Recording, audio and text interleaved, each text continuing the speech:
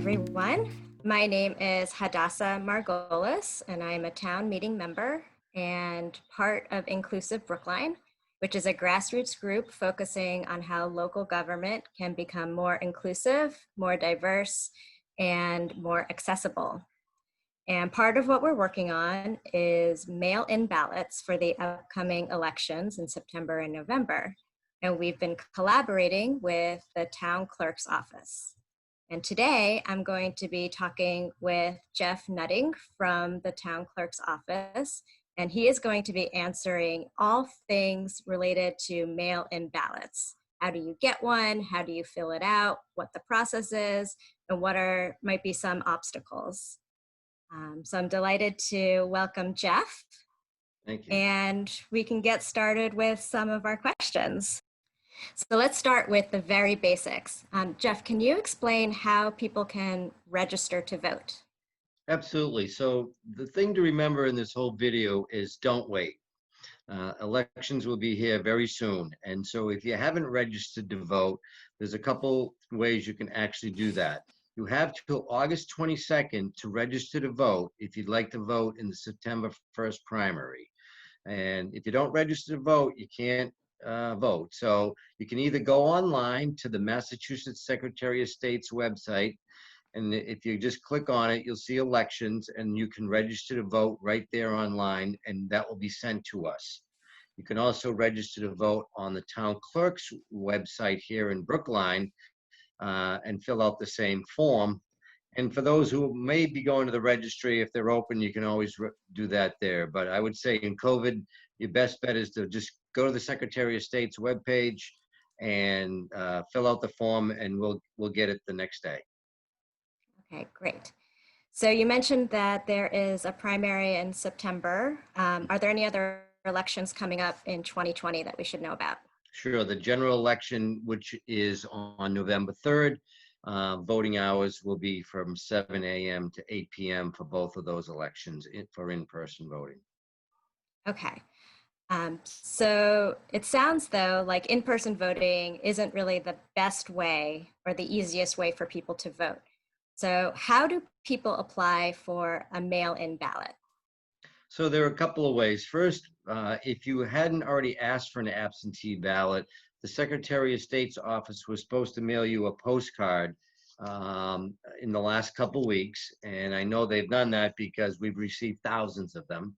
And you fill out the form and we can go through that. That's one way. The second way is to go online to the town clerk's website, and there's a form you can just download, and you can print it out, and you can either mail it to us at 333 Washington Street. You can email it to us. You can fax it to us. As long as you fill it out correctly and you sign it. It has to be signed. If it's not signed, we will not accept it. So online, snail mail, email, or fax are 4 ways you can get your application to us if you didn't get the form from the Secretary of State, the postcard. Okay. So why don't we kind of break it down and go through each of those 3 options. Okay. So the first option that you mentioned was the Secretary of State's official 2020 vote by mail application. And I have mine here, right. And this is what it looks like. Mm-hmm. So if I were to open it up, it looks like the bottom third is a prepaid postcard that is addressed to you at the town clerk. Right.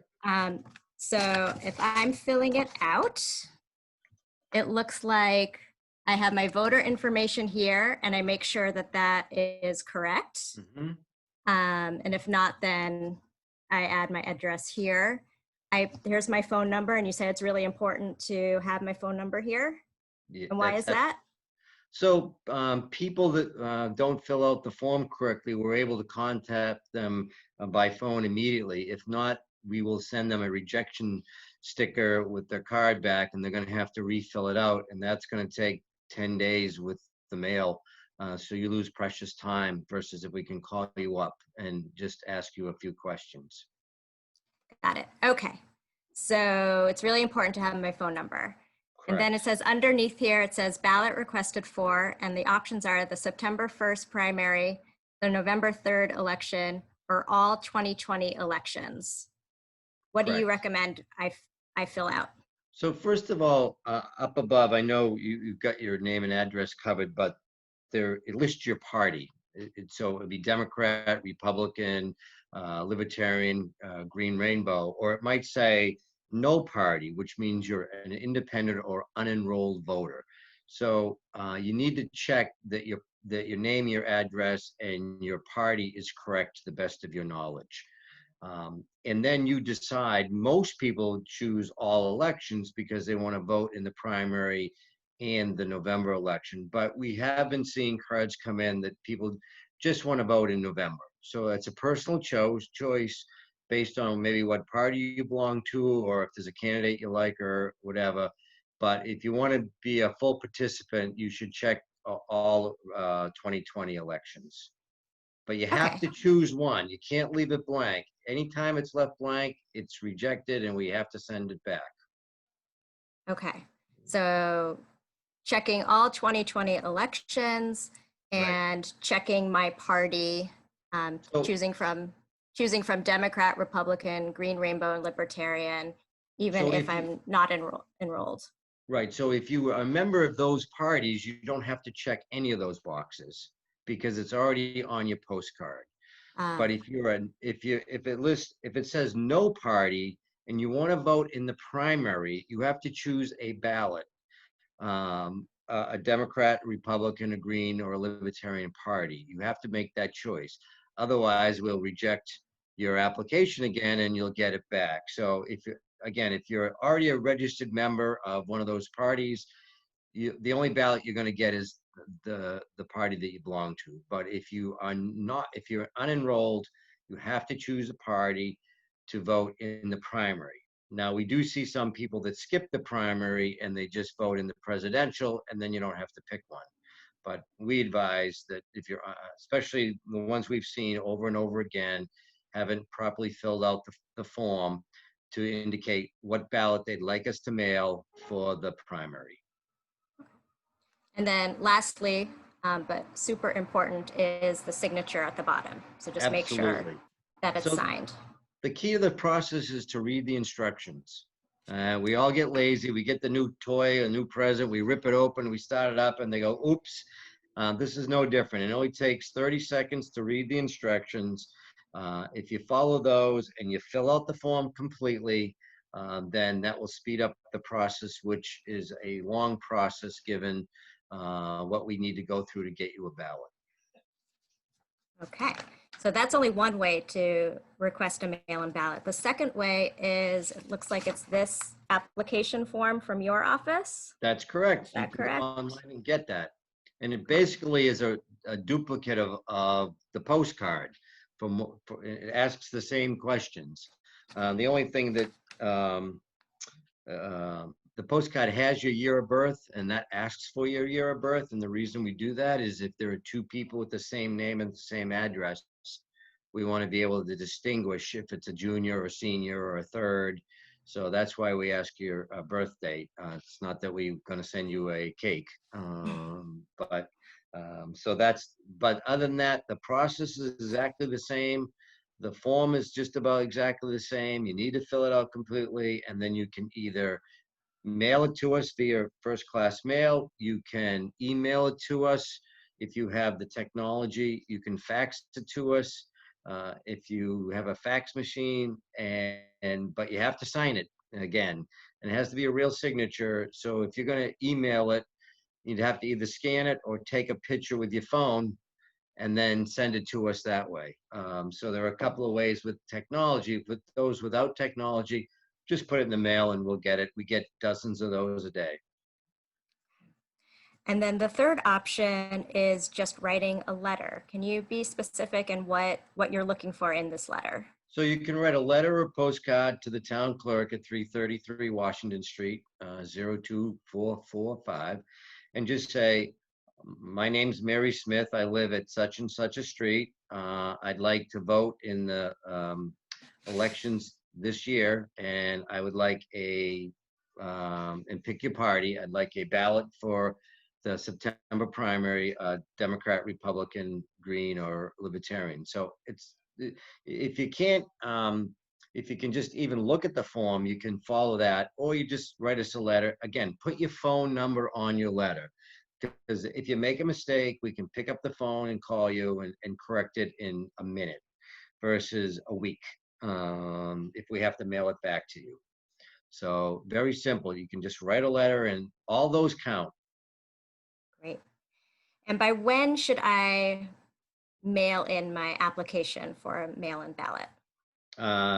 Yesterday. So we're literally getting thousands of those as predicted. We have to process them all.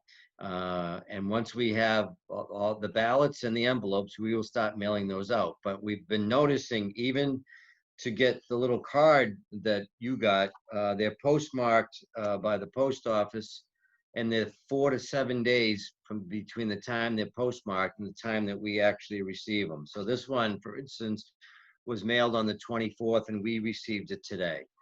That's 5 days. So you can see with the deadline coming up quickly, people should not delay in any of this process, because we're going to move as quickly as we can. Will I get any confirmation that my application for my mail-in ballot was received? You won't, but once it is entered into the system, you can go to the Secretary of State's webpage at Mass Secretary of State, and again, look under election, and there's a category called Track My Ballot. And if you click on that, it will show the status of it's been received, and the process. And you can do that every couple of weeks. Once you mail it back in, we won't process that into the ballot box for a while, but at least you can know that it was received and it's in process. And if people can't do that, they can call us. They can just pick up the phone at 617-730-2010 and say, what do you know about my ballot or my application? And we can just look it up on the computer in 30 seconds. Great. And how soon after I send in my application will I receive my ballot for the September 1st election? So we're still waiting as of July 29th for the envelopes to arrive from the Commonwealth so we can start mailing ballots. We're ready to mail, but we found in the past that it takes many, many days because we have so many to mail in, to mail you out a ballot, and then you have to fill it out immediately and get it back. And the turnaround can be as much as 2 weeks. So you really can't wait.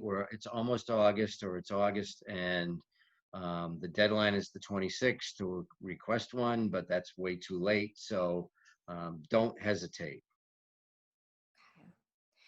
And have you received the September 1 ballots yet? Yes, we did. We received 18,250 ballots sent by the state. All we need now is 18,250 envelopes, and we can get the process started. We've received over 5,000 requests so far for mail-in ballots. We expect to at least double that over the next week or so.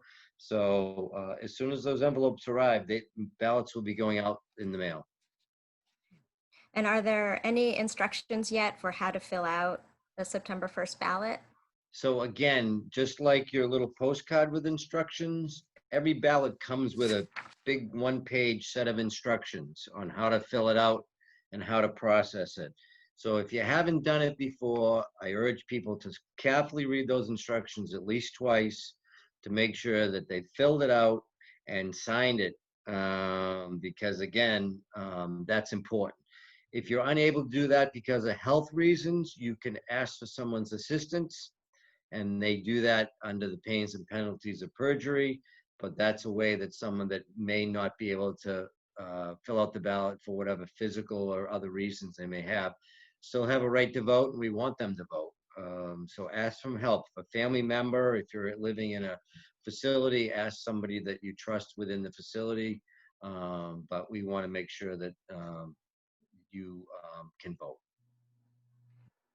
And by when do I need to mail in the September mail-in ballot? So it needs to be here by September 1st, but I would say you need to mail it in a week ahead of time. The post office is going to be overwhelmed. They have a COVID issue as well. I mean, just because you get your mail doesn't mean they don't face the same struggles that we have. So don't delay. As soon as you get your ballot, read it carefully. If you have questions about how to fill it out, call us. We're not going to tell you who to vote for, but we can certainly tell you the process to make sure you get it right, because we don't want to, get a ballot that is incomplete and then cannot be put into the ballot box. So we're here to help you be a successful voter and overcome every and any barriers that might exist so that you can cast your ballot. But you can't wait to the last minute, because it won't arrive on time and it won't count. If it's not here by the 8 o'clock on election day, even if it's postmarked 3 days earlier, it doesn't go in the ballot box for the September primary. And will there be a prepaid envelope that comes with the ballot itself, or do I have to pay postage? Nope. The Commonwealth is footing that bill for this election. So it will be prepaid envelope with and pre-addressed to the town clerk's office? That's correct. You just have to follow the instructions on the ballot, put it inside the envelope, put it inside the other envelope, and send it back. Can I drop off my mail-in ballot in person at town hall? You certainly can outside the town hall. We are awaiting the delivery of a new mailbox, but in the meanwhile, we have a box out front that is a secure box that says drop your ballot in. So you can do that starting as soon as you get it, or you can drop off your vote by mail application in the box as well, and it gets checked. And as soon as the new box arrives, it will be installed with big letters, so there's no confusion. But there is a sign out front on the left-hand side of the front of the town hall where you can drop any election material that you want to. And is it correct that if I wanted to check if my mail-in ballot was received, that I go to the Secretary of State's website to That's track correct. it? Yeah, just Google Mass Secretary of State, and it's pretty easy. And it also can tell you where you're supposed to vote. If you don't know what precinct or where to go, you can say, where do I vote? You put in your name and your address, and it will give you the location of where you're supposed to show if you want to vote in person. Well, that was actually going to be my next question is, Okay. we're focusing on mail-in ballots, but yes, what if I do want to vote in person? What are my options? So the first option is early in-person voting, and that begins August 22nd. It's Saturday morning, and it's going to be 7 straight days. And you'll be able to vote on Saturday and Sunday from 8:30 to 1:30. You'll be able to vote Monday through Wednesday, 8:30 to 4, Thursday, 8:30 to 8 p.m., and then Friday, 8:30 to noon. So people want to come, you can only vote at the town hall outside the town clerk's office in room 103. And anyone that wants to vote early can just line up out, and we'll be COVID safe like we were at the last election. We'll space people, we'll keep all the poll workers safe. We'll ask, you have to wear a mask. We'll offer you gloves, and we'd certainly appreciate if you'd wear it for 4 minutes while you vote. It's not a requirement, but it certainly makes everybody safer. And we constantly clean everything so that the polls will be COVID safe for all involved. And on our webpage and on the front page of the town webpage are the hours again for early voting. And the more people that early vote, the easier it is on election day, less crowds, less confusion. And again, it spreads out the people. And part of the whole idea of mail-in voting is to avoid COVID exposure. And certainly this is the first time in a primary that you can vote early in person. And then you can, if you don't want to do that, you can actually come and vote on election day, September 1st, at your polling location from 7 a.m. to 8 p.m. and cast your ballot live. And information on where my polling place would be? Is that so that's on the town webpage under town clerk. There's a list, there's a document that lists all the information that we've been going over, or most of it, as well as all the hours and the locations of voting. They're the same as the June locations. If you didn't vote in person in June, 4 locations have been relocated in order to be COVID safe. And you should really check that out because we moved precincts 3, 7, and 15 got moved, as well as 10. 3, 7, and 10 and 15 were all relocated to better locations that provide more safety. Can I bring my completed mail-in ballot to the polling place on September 1st? Nope. You have to, if you do a mail-in voting, you can't vote. You cannot vote in person this time. So once you send it in, you're done, because for the first time, we'll be able to feed the ballot boxes prior to election. So you won't be able to change your mind. Whereas in the past, you were able to do that, but you can't bring your mail-in ballot. You have to, once you show up in person, the only option is to vote in person. Okay, and I can't just drop off my mail-in ballot. You can drop it off, but you cannot go to the polls. So as long as it's in either our office or in the mailbox out in front of Town Hall by 8 p.m., we'll count it, but you can't bring it to the polls and drop it in the, because we have to check you off. You've already been checked off. We've already sent you a ballot. You have to kind of decide which way you're going to go. You're going to either do a mail-in, you're going to early vote, or you're going to vote on election day, September 1st.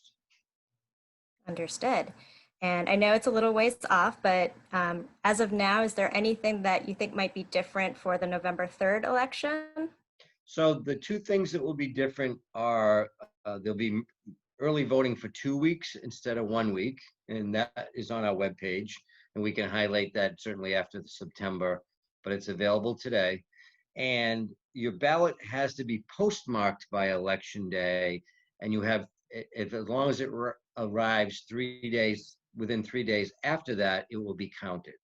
So that's the big difference. And I think because the anticipated volume of voting, that they've allowed this change only for this election, so that if it's postmarked on November 3rd and it gets here by the 6th, it will be counted. Those are the only two changes. All the other rules and regulations are the same. Registering to vote is the same. Asking for an absentee, one of these again, et cetera, will be the same. So that's the two biggest changes. And again, I hope hopefully in the fall we can just reiterate what we've talked about, some of this today, so that to remind people. Yeah, I think it would be great for us to reconnect and go through this again for November 3rd. Right. Is there anything that I haven't asked yet that you want to make sure that the viewers know? Well, a couple things. Throughout history, there's examples about how people have won election by 1 vote or 2 votes. There's no more important time in our history than for folks to come out and vote and to express the direction of the Commonwealth and in this country. So we want as big as turnout as possible. And the only other message is do not delay. Sometimes you get mail and it's a bill and you're going to throw it in the pile and get to it in 30 days, and you might have missed the window. So get your ballot application in early, get your ballot back to us early, check online to make sure that it's been processed. Call us with any questions at any time relating to voting, so that we can make this as easy as possible for everybody. Great. Jeff, thank you so much. This was very informative, very helpful. Again, if anyone has any questions, we'll leave the email and website and phone number of the town clerk here. And thank you again. Thank you.